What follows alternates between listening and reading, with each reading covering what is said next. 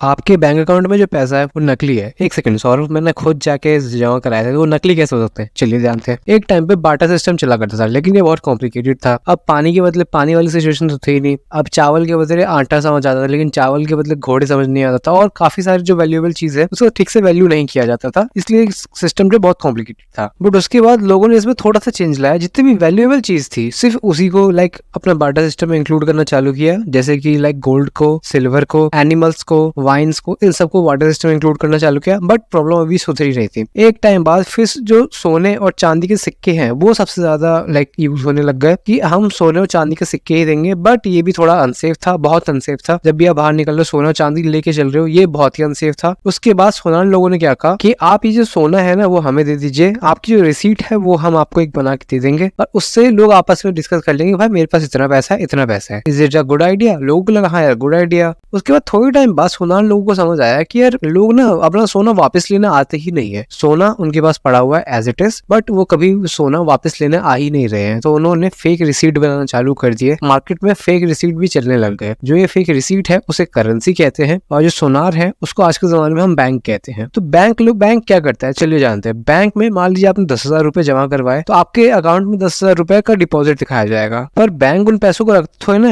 Bank उन पैसों को देता है लोन पे। अब बैंक ने वो पैसा उसमें से 10% यानी कि 1,000 अपना रखा बाकी डिपॉजिट में, बाकी दे दिया लोन। अब वो लोन का जो 9,000 रुपए है वो किसी एक इंसान को, किसी एक पर्सन को लोन में देगा। अब वो जो बाकी का पैसा है बचा वो लोन के तौर पे चला गया किसी और के अकाउंट में। तो आपके अकाउंट में अभी 10,000 है, दूसरा जो बंदा है उसके अकाउंट में अब 9,000 है। एक्चुअल में बैंक के पास कितने थे? वो थे सिर्फ 10,000 जो कि आपके पास है, जो आपने जमा करे थे। और जो बंदे ने लोन लिया अब उसने भी लोन ले लिया, तो उसको भी दिखाई दे रहा है और आपको भी दिखाई दे रहा है। एक्चुअल में पैसा कितना है? वो है 10,000। एंड उसके बाद ये जो पैसा ये खर्च होगा, आगे जाके कोई और बंदा इस्तेमाल करेगा। लोन भी कोई बंदा एवज थोड़ी ना लेता है, वो पैसा खर्च होगा फिर किसी और के अकाउंट में आएगा, एंड सो ऑन करके अब उसके अकाउंट में भी पैसा दिखाई देगा, एंड पैसा एक्चुअली में है नहीं। ऐसे ही सो ऑन करते करते जो 10,000 रुपए है उसको और 10x कर लिया जाता है, उसका कोई ना कोई वैल्यू अपनी आइडल रख ली जाती है। और ऐसे ही जो बैंक्स है वो 10,000 रुपए का 1,00,000 रुपए बनाते हैं, सिर्फ एक इंसान से दूसरे इंसान को दे के पास ऑन करते करते। एंड इस वजह से ये फाइनेंस को समझना काफी कॉम्प्लिकेटेड कर देता है। और इस वजह से ये जो करेंसी है वो हर एक के पास एक्चुअली में नहीं होती। अगर मैंने डिपॉजिट कराई है वो मेरा 10,000 है, पर आपने अगर लोन लिया है वो आपको भी 10,000 रुपए दिखाया जा रहा है, बट एक्चुअली वो पैसा सिर्फ 10,000 है। That's how bank make 10 times of money. 1,000 से 10,000 बनाने की परफेक्ट स्कीम है ये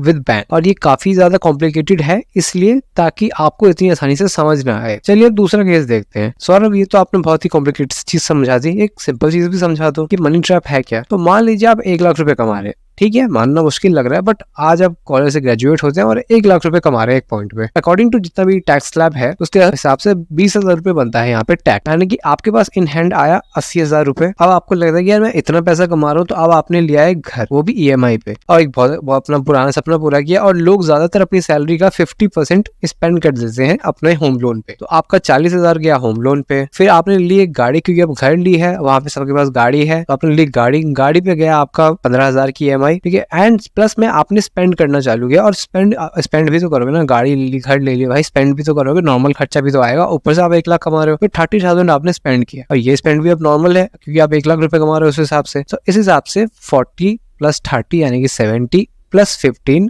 यानी कि 85,000 का खर्चा आपका यहाँ हो। बट एक सेकंड, ये जो आपके नॉर्मल एक्चुअल में एक्सपेंस है, आपके वांट्स भी तो है, आपके डिजायर्स भी तो है, उसको पूरा करने के लिए आपने लिया अपना क्रेडिट कार्ड, क्योंकि अब आपको लग रहा है कि यार मैं इतना कहाँ से लाऊंगा। तो वो जो क्रेडिट कार्ड है, क्रेडिट कार्ड आपने उठाया, वहां से आपने स्पेंड करना चालू किया। एंड क्रेडिट कार्ड पे जो आपने 10,000 रुपए और स्पेंड कर दिए, तो वहां पे क्या आता है कि पूरा पैसा भरने की जरूरत नहीं है, 5% पे करो मिनिमम, और अगला बाकी आगे महीने दे देना। नेक्स्ट टाइम अब उस पे 30 से 40% तक का इंटरेस्ट लगेगा, और ये है एक बड़ा ट्रैप। अब आप इस पैसों को ऐसा भी नहीं कि पे कर पाओगे, आपके पास पैसा नहीं था इसलिए तो आपने क्रेडिट कार्ड लिया था, इस पैसों को आप पे भी नहीं कर पाओगे। क्यों? क्योंकि अब आपके पास पैसा है ही नहीं, और इस पे आप 30 से 40% का इंटरेस्ट लगेगा।